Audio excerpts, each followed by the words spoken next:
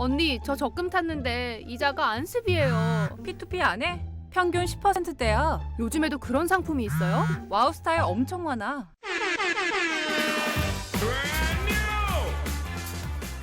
투자자와 대출자를 온라인으로 연결해 언제 어디서든 24시간 투자가 가능한 와우스타. 은행의 정기 적금 이자 1.5%. 오피스텔 수익률 5.3%.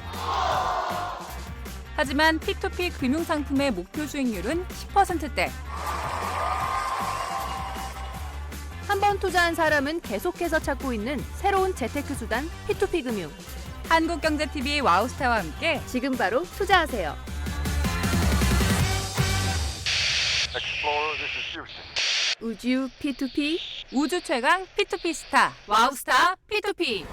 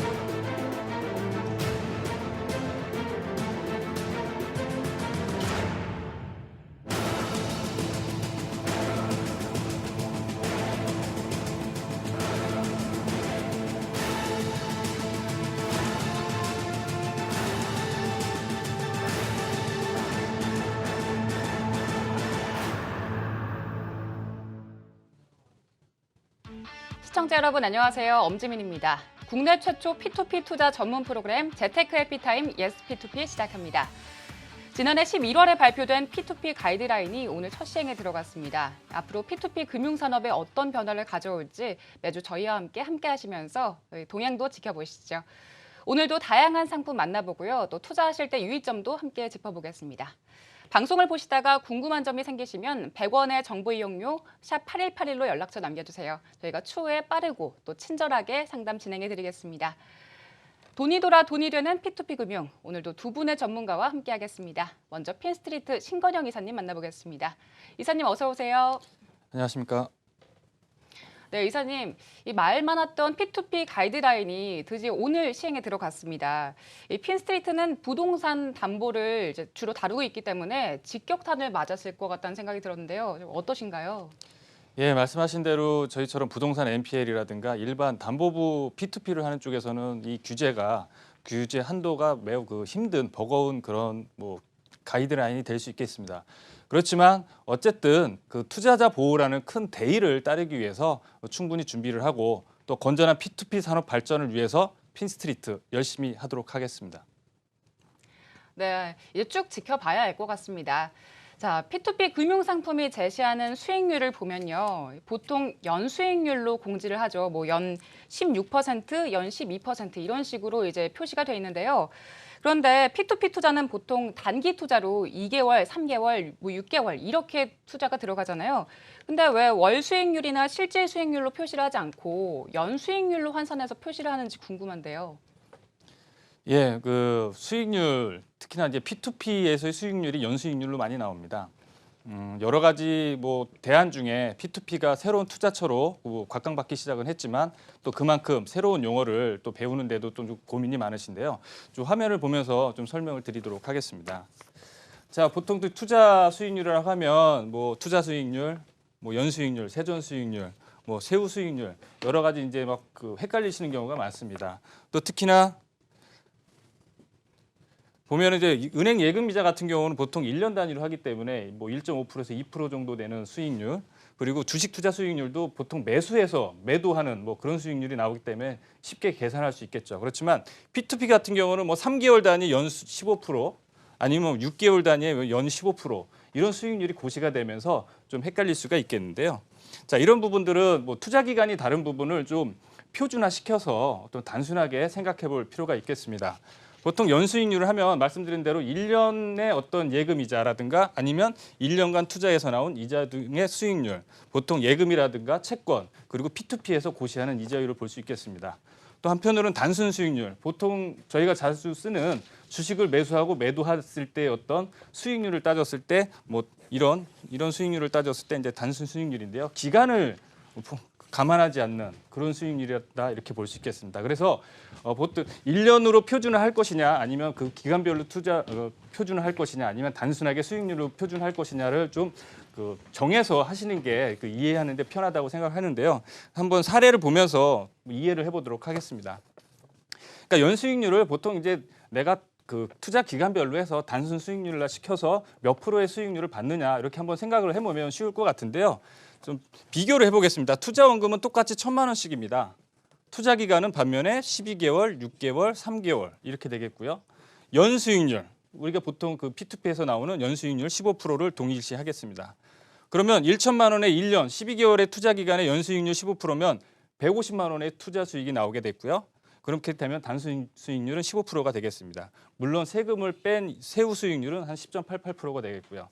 두 번째로 1,000만 원에 6개월, 반년이죠. 그렇게 되면 1년 동안의 투자 수익률의 절반 정도 되는 7.5%가 납니다. 7.5%. 그리고 1,000만 원에 3개월을 투자했을 때 같은 방식이면 4분의 1 정도 되는 3.75%, 세후 수익률은 2.72%입니다. 당연히 여기에서 포함되어야 될 것들이 있습니다. 어떻게 하면 복리가 포함이 되어야 되고요. 또 플랫폼 수수료가 포함이 되어야 되겠지만 이해하기 쉽게, 개념을 쉽게 이해하기 위해서 단순하게 수익률만 따졌 수 있겠습니다. 근데 여기서 살펴보시면 1,000만 원을 3개월짜리로 3개월 투자 기간에 연수익률 15%로 투자했다라고 했을 때 그러면 3.75%면 이렇게 얘기를 할 수 있겠죠. 같은 수익률로 4번을 투자하면 1년 동안 투자한 거랑 같지 않겠냐. 근데 사실 현실적으로는 쉽지는 않겠습니다.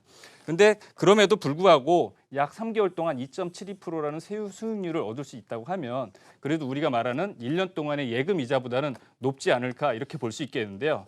여기서 한번 다시 짚고 넘어가야 될 것. 이 P2P 상품은 투자 상품입니다.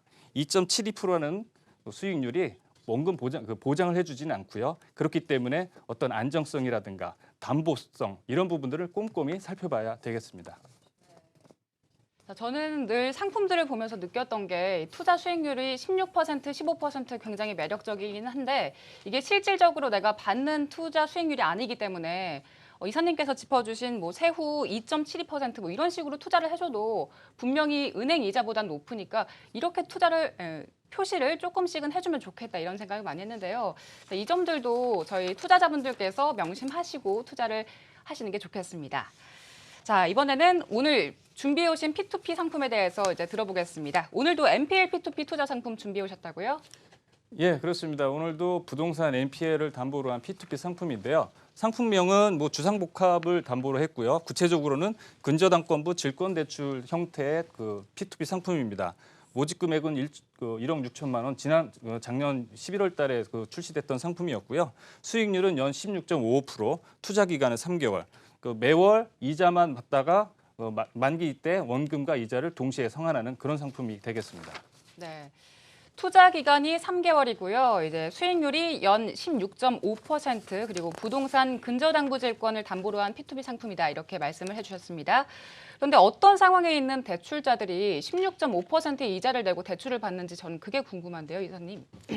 네, 보통 그 기사를 검색해 보시고 보시면 아시겠지만 보통 P2P 상품의 40% 이상이 어떤 고금리의 대출을 중금리로 바꿔타는 대환 대출이 많습니다. 또 이런 경우 같은 경우는 어떤 약간 부실화된 어떤 건물의 채권이라든가 채권을 갖고 있다든가 건축주이겠죠. 그러면 단기간에 자금이 좀 필요하기도 합니다. 그래서 고금리의 대출을 중금리로 바꾸다든가 아니면 조금 있으면 분양을 통해서 높은 수익이 났기 때문에 단기간에 중수익의 어떤 P2P를 이용해서 대출을 바꾸자 하는 거고요. 또 그런 부분에 있어서 세금 문제에 있어서 어떤 근거가 되기 때문에 이러한 대출을 받게 되는데요. 여기서도 보시면 이 차주는 마무리 공사 및 준공 검사에 필요한 그 자금 등의 펀딩 목적이다. 그런데 이 지역의 어떤 풍부한 유동 인구라든가 여러 가지 편리성으로 인해서 분양을 통해서 당연히 대출금을 상환할 수 있기 때문에 이런 상품을 의뢰해서 대출을 받는다. 이렇게 볼 수 있겠습니다. 예, 보시게 되면 이런 상품에 대해서는 좀 더 자세하게 좀 살펴볼 필요가 있는데요. 우선은 다시 한번 말씀드리면 주상복합 아파트에 상가와 주거가 있는 이런 괜찮은 건물이다 이렇게 보겠습니다. 네. 자, 상품 개요에 대해서 들어봤고요. 저희가 보통 주식 투자를 할 때는 그 회사가 어떤 회사인지 재무제표도 살펴보고 여러 가지로 이제 투자 분석을 하잖아요. 저희 상품 같은 경우에도 이제 담보물 위주로 조금 더 자세하게 분석을 해봐야 될 것 같은데요. 이사님 분석 부탁드릴게요. 예, 보통 주식 투자했을 때도 보통 업종 분석을 통하고 또 아니면 그 업황 살펴보게 되고요. 또 주식의 어떤 가치주냐 성장주냐 이런 부분을 살펴보게 되는데요. 우선 기본적으로 살펴보게 되면 이 부분은 부동산을 담보로 한 그 P2P 상품입니다. 당연히 부동산에 대한 그 상황을 살펴봐야 되는데요. 그중에서도 어떤 지리적인 요건이 중요하다고 볼 수 있겠습니다. 어떤 주거 공간, 주상복합이기 때문에 어떤 주거 환경이냐를 살펴봐야 되는데요. 지도를 보시게 되면 인천입니다. 인천 지역에 인천 지하철이 지나가고 있고 경인고속도로가 있습니다. 인천 항만 쪽에 위치를 하고 있는 상황이고요. 어쨌든 간에 어떤 교통의 입지가 괜찮다 이렇게 말씀을 드리겠고 이런 부분들은 어떤 그 P2P 업체에서 제공하는 정보를 통해서 어느 정도 확인을 하실 수 있겠습니다. 그 다음 그림을 보시게 되면 어떤 그 담보물의 접근성, 인천공항발 KTX라든가 뭐 경인선, 수도권, 연륙교 이런 부분이 이 부동산의 어떤 가치를 간접적으로 얘기를 해줄 수 있겠죠. 그리고 중요한 건 인천의 약간 동인천 쪽은 구도심인데 이렇게 인천 지역에서 어떤 도시 계획이 있다, 기본 계획이 있다 이런 부분을 어떤 그 좀 호재로서 살펴볼 수 있겠습니다. 또한 우리도 주식에 대해서 어떤 검색을 통해서 기사를 살펴보게 됩니다. 역시 부동산도 보게 되면 어떤 그 관련된 재개발과 관련된 기사들을 확인할 수 있겠습니다. 자, 이런 감정 평가서도 살펴볼 수 있겠고요. 이런 그 건물의 어떤 양호한 그런 모습도 볼 수 있겠습니다. 결과적으로 담보물 분석이 가장 중요하겠는데요. 아까 그 감정평가서를 기반으로 한 어떤 평가 금액에서 21억 4천만 원 중에 선순위 대출은 8억 원, 그리고 모집 금액은 1.6억 원. 이 부분은 근저당권부 질권을 설정을 통해서 담보의 권리를 확보한다. 그렇게 따지면 담보 여유 금액은 11억 8천만 원 정도 해서 담보 여력이 감정가 대비해서 50% 이상 좀 충분한 담보 여력이 있다. 이렇게 말씀을 드리겠습니다. 그래서 종합적으로 봤을 때 수익성이라든가 안정성, 성장성, 처분성 그리고 안전장치로서 어떤 근저당권부 질권 설정을 통한 어떤 담보권의 확보를 통해서 투자 여부를 판단하게 되는 것입니다. 네. 자, 가치주 투자라는 생각으로 아주 꼼꼼하게 물건 분석을 해야 된다고 강조를 하시면서 꼼꼼하게 또 담보물에 대해서 분석을 해주셨습니다.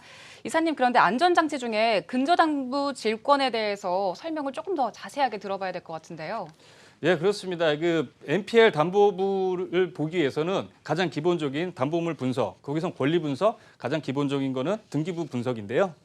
예, 지금 채무자 A가 B에게 돈을 빌릴 때 부동산을 담보로 해서 담보의 권리를 확보하게 됩니다.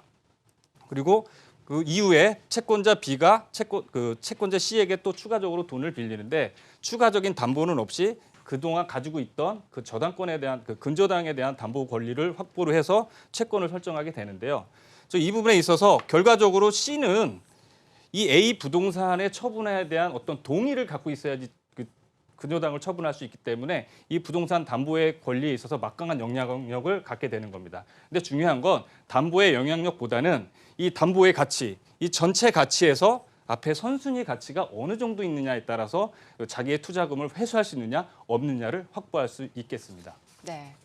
자, 이사님, 지난달에 와우파에서 진행하셨던 강연에 이제 다른 곳에서 진행을 하신다고 들었는데요. 강연의 소개도 부탁드릴게요.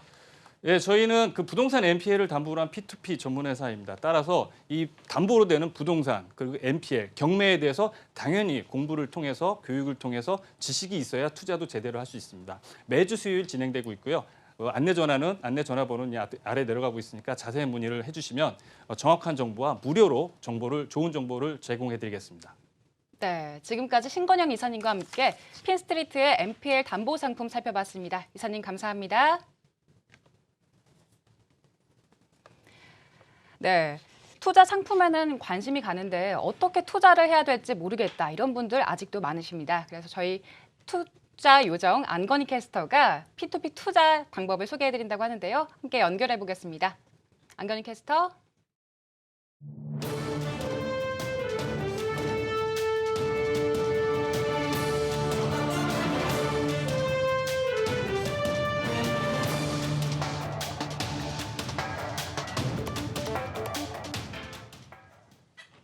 네, 우리 시청자분들 이제 P2P 금융에 대한 관심도 정말 많으시고 이제는 나도 직접 투자해보고 싶다 하시는 분들 많으실 텐데요. 와우스타 P2P 금융몰 투자 방법 궁금하셨죠? 지금부터 제가 차근차근 방법 안내해드리겠습니다. 자, 가장 먼저 와우스타 홈페이지에 로그인을 합니다. 통합 아이디가 없을 경우엔 홈페이지에서 아이디를 개설하시면 됩니다. 두 번째, 상단 P2P 금융몰을 누르신 후에 좌측에 있는 배너를 클릭합니다. 세 번째, 이 배너를 클릭하시면 개인정보 수집 및 제공 동의란이 뜨는데요. 여기에 체크해줍니다. 자, 여기까지 잘 따라오셨나요? 네 번째, 제휴업체 회원 가입을 합니다. 아이디가 될 이메일 주소를 입력하고 인증번호를 요청하신 후에 수신 메시지에 번호를 기입합니다. 이후에 항목별로 하나씩 기입하면 되는데요. 특히 투자 인증 비밀번호는 잊어버리면 재발급을 받아야 하니까요. 신중하게 선택해주세요. 다섯 번째, 출금 계좌를 등록하시고 예치금 계좌를 발급받습니다. 여섯 번째, 투자 금액 설정하신 후에 이용 약관에 동의하시면 끝입니다. P2P 금융몰 안에 마이 페이지에서 나의 투자 내역을 확인하실 수 있고요. 더 궁금하신 사항은 샵 8181번으로 문자 남겨주시거나 1599-0700번으로 연락 주시면 저희가 친절하게 상담해 드립니다. 또 와우스타 홈페이지도 언제나 열려 있습니다. 아직도 P2P란 용어가 좀 낯설고 막연하게만 느껴지는 분들 계실 텐데요. 제가 설명해드린 대로 하나씩 차근차근 따라오시면 P2P 금융 쉽게 성공 투자하실 수 있을 겁니다. P2P 투자에 대한 많은 관심과 참여 기다리고 있겠습니다.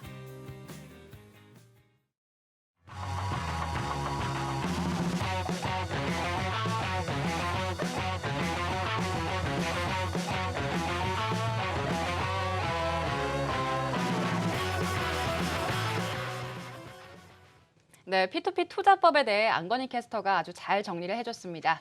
돈이 돌아 돈이 되는 P2P 투자. 계속해서 다른 상품 살펴보겠습니다. 이번에는 코리아 펀딩의 김혜동 대표와 함께하겠습니다. 대표님 어서 오세요. 안녕하십니까. 네, 오랜만에 오셨어요, 대표님. 네. 어떻게 지내셨어요? P2P 금융 쪽으로 해서 좀 좋은 상품들 이렇게 상담하고 설계하고 하는 부분들을 좀 많이 집중을 했습니다. 네. 자, 가이드라인이 드디어 오늘 시행에 들어갔습니다. 맞습니다. 자, 네. 어떻게 좀 영향이 있으신가요? 우선은 전반적으로 업계에 충분히 지금 영향이 있는 상황이고요. 지금 당장 어떤 이슈가 있기보다는 뭔가 이제 어떤 변화해야 되는 가이드라인에 어떤 시스템을 맞추고 마케팅 전략을 또 새로 짜고 이런 부분들에 대한 고민이 상당히 높은 것 같습니다. 네. 근데 가장 기본적으로 이제 투자 제한이라는 부분들이 기존의 P2P 금융회사들한테는 어떤 굉장히 직격탄이 되지 않을까 그렇게 생각을 하고 있습니다. 네. 네.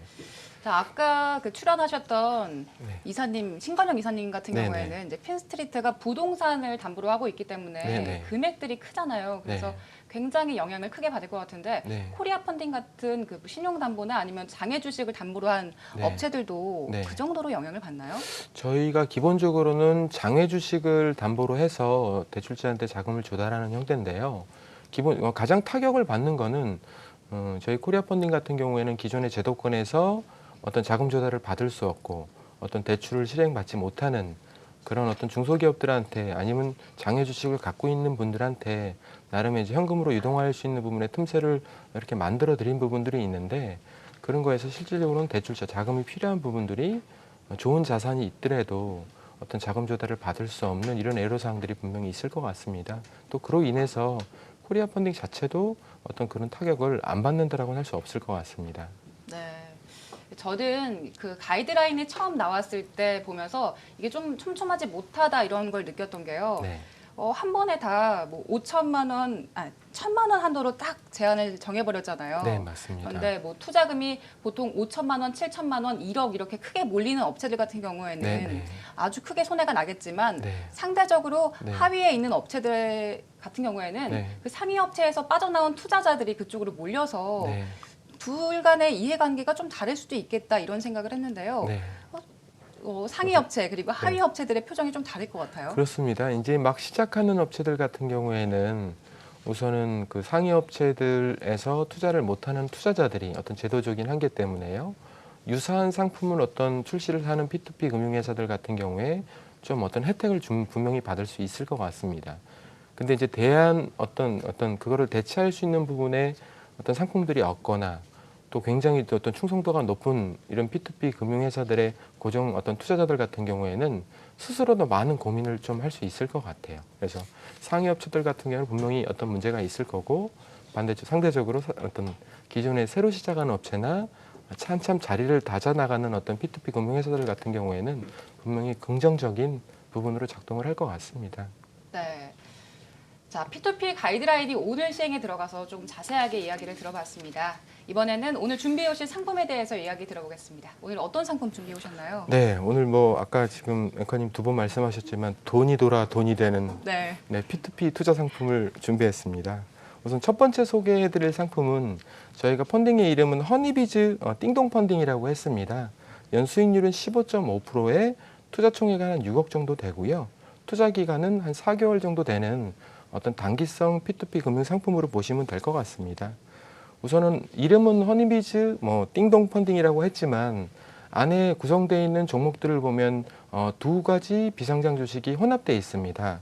우선 코넥스 시장 아시죠? 코넥스 시장에 상장되어 있는 오스테오닉이라는 주식과 그 다음에 장외에서 어떤 투자들이 살라고 해도 사기가 힘든 허니비즈라는 종목의 두 종류를 이렇게 혼합해가지고 어떤 설계된 P2P 금융 상품으로 보시면 될 것 같습니다. 네. 네. 자, 저희가 장외 주식을 담보로 한 그 P2P 상품의 구조나 시스템을 보면 이해하기가 쉬울 것 같아서 네, 이제 네. 설명을 들었는데요. 네. 자, 그럼 이 상품 같은 경우에는 이 오스테오닉과 네. 띵동의 제품을 주식을 네. 함께 담보로 하고 있는 건가요? 맞습니다. 어, 우선 대출을 받은 대출자는 이런 비상장 주식에 전문적으로 투자하는 회사입니다. 워낙 투자를 적극적으로 하다 보니까 신규 토적건에 대해서 자금 조달이 필요해서 오스테오닉 주식 22만 7천 주하고 허니비즈, 띵동으로 많이 알고 계시는 주식 4만 주를 담보로 설정을 해서 한 6억 원 정도의 어떤 자금 조달을 신청했습니다. 우선 기본적으로 투자자 보호 장치를 보면 대출 법인, 그러니까 돈을 빌려가는 회사의 법인의 어떤 지분을 100% 잡았고요. 그거보다 더 중요한 게 어떤 자산을 담보로 하냐라는 부분들인데 우선 오스테오닉 같은 경우에는 아까 말씀드렸지만 코넥스 시장에 상장되어 있는 회사입니다. 어떤 기준가는 한 4,500원 정도 되니까요. 담보 수량이 22만 7천 주니까 평가액으로 보면 한 10억이 조금 넘습니다. 그리고 허니비즈 같은 경우에는 주당 14,000원의 4만 주에서 한 5억 6천 평가액으로 저희가 나름 산정이 됐고요. 그래서 두 종목을 합치면 한 16억이 넘는 그런 주식을 바탕으로 해서 한 38% 정도 대출 나가는 거니까 한 6억 원 정도니까요. 그렇게 좀 투자가 어떤 대출이 진행된다라고 보시면 될 것 같습니다. 또 기본적으로 필요한 아까 돈을 빌려가는 대출법인의 어떤 대표이사의 연대보증하고 우리가 이제 어떤 채무 불이행 시 어떤 즉각적인 강제 집행을 갖기 위한 대출채권에 대한 공중을 맞춰서 어떤 나름의 투자자 보호 장치는 완료했다라고 보시면 될 것 같습니다. 네. 투자자 보호 장치에 대해서도 설명을 해주셨는데요. 그런데 대표님, 네. 이 대출 법인 자체가 좀 네. 안정적인 곳인지 네. 믿고 돈을 투자할 수 있는 곳인지 좀 알아야 될 것 같은데 네. 이 대출 법인은 어떤 곳인가요? 우선은 두 가지로 좀 보실 수 있을 것 같습니다. 어떤 사업자를 보고 하는 사업자 대출이 있고 그 어떤 해당 법인이 담보로 어떤 제공한 그 담보물을 평가해 가지고 나눈 부분들이 있는데 지금 어떤 우리가 보고 있는 상품 같은 경우에는 그 대출 법인이라는 부분들을 많이 부각시키기보다는 그 대출 법인이 실제적으로 우리한테 담보를 제공했던 오스테오닉 그리고 허니비즈라는 두 종목을 이렇게 평가해서 저희가 대출이 나간다라고 볼 수 있으면 될 것 같습니다. 왜냐하면 이게 저희가 이제 양도성으로 어떤 양도한다라는 조건으로 대출이 진행되는 거기 때문에 대출 법인에 대해서 어떤 문제가 생긴다 그래도 우리는 담보로 잡혀 있는 자산을 매각하면 저희가 이제 대출 원금을 회수하는데 문제가 없다라고 판단하기 때문입니다. 네. 그럼 대표님 말씀대로라면 이 허니비즈와 오스테오닉의 주식이 안정적인지 이 두 기업이 안정적인지를 알아야 할 텐데 맞습니다. 이 두 기업이 안정적인가요? 어떻게 보시나요? 네, 우선은 그럴 것 같습니다. 첫 번째로 우선 오스테오닉 주식 같은 경우에는 보통 요즘에 이제 코넥스 시장이라고 해서 코스닥 밑에 어떤 제3시장 형태로 생겼죠. 보통 코넥스 시장을 통해 가지고 코스닥으로 올라가는 어떤 중간 시장 정도로 우리가 평가를 하고 있고요. 오스테오닉은 한 2012년도에 어떤 설립된 업체고 상장 주관사는 키움증권입니다. 그리고 이제 키움증권이 이제 오스테오닉을 코스닥에 상장시키겠다라는 목표로 지금 하나하나 회사하고 어떤 소통을 하고 있는 것 같습니다. 매출액은 2014년도에 한 25억, 2015년도에 35억 정도 기록해서 꾸준히 매출은 성장하고 있고요. 좀 강점은 뭐냐면 오스테오닉은 회사에 우선 그런 빚이 많지 않은 회사입니다. 그리고 어떤 일을 하냐라고 보면 우선 뼈를 접합하는 기술을 갖고 있습니다. 일반적으로 골접합 수술에서부터 요즘은 뼈를 접합한다라는 부분들이 미용 부분에서도 많이 활용이 되지 않습니까? 뭐 예전 같으면 단순히 겉으로 보이는 부분만 어떤 미용 치료를 했지만 요즘에는 어떤 양악 수술이나 이런 것처럼 안에 있는 뼈를 어떻게 이제 어떤 조절을 해가지고 이렇게 하는 수술로 점차 확대되고 있기 때문에 여러 가지 방면으로 오스테오닉이 갖고 있는 기술이 많이 어떤 성장할 수 있다라고 판단을 하고 있습니다. 그리고 네. 두 번째 이제 허니비즈 같은 경우에는 이렇게 보시면 될 것 같습니다. 저희가 쿠팡이라는 회사를 알고 있지 않습니까? 일반적으로 많이 알고 있는 회사지만 그 회사를 어떤 주식이라는 개념으로 일반인들이 많이 접근하지는 않습니다. 근데 허니비즈 같은 경우에도 그런 경우로 우리가 판단을 해야 될 것 같습니다. 띵동 해가지고 옛날에 해주세요 서비스 이거보다 훨씬 개선된 서비스라고 할 수 있겠는데요. 또 오해하는 부분들이 뭐가 있냐면 이거 뭐 허니비즈라는 이름이 있으니까 회사가 돈이 필요해서 한 거 아니야? 그런 부분들은 아닙니다. 왜냐하면 허니비즈는 작년에 굉장히 많은 어떤 투자 기관들의 콜을 받아서 투자를 받았고요. 안정적으로 어떤 수도권을 중심으로 해서 계속 이런 심부름 서비스를 확대해 나가고 있는 굉장히 주목받고 있는 회사입니다. 그래서 두 종목에 대한 평가는 나름적으로 긍정적이다 이렇게 판단을 하고 있습니다. 네. 네. 장외 주식 담보 상품에 대해서 살펴봤고요. 두 기업 모두 안정적으로 평가할 수 있다 이렇게 말씀하셨습니다. 자, 대표님 오늘도 좋은 말씀 감사합니다. 감사합니다. 네. 저희 안건희 캐스터가 지금 퀴즈 준비하고 있는데요. 함께 들어보겠습니다. 안건희 캐스터. 네, 금융당국은 최근 국내 P2P 대출 시장이 급격한 성장세를 보이면서 P2P 대출 시장이 성숙하기 전까지 투자자 보호를 위한 가이드라인을 마련했다고 하는데요. 다만 이자와 배당 소득이 2천만 원을 넘거나 아니면 이 사업 및 근로소득이 1억 원을 넘는 소득 적격 개인 투자자의 경우에는 투자 한도에 여유를 두었다는 점 꼭 기억하시기 바랍니다. 여기서 오늘의 퀴즈입니다. P2P 가이드라인에서 정한 개인 투자자의 업체별 연간 투자 한도는 얼마일까요? 1번 1,000만 원, 2번 2천만 원. 정답을 아시는 분들은 와우스타 Q&A 게시판에 정답과 함께 시청 소감 남겨주시면 추첨을 통해 선물 보내드리니까요. 많은 참여 부탁드립니다. 네, 저희가 오늘 준비한 내용은 여기까지입니다. 오늘도 편안한 밤 보내시기 바랍니다.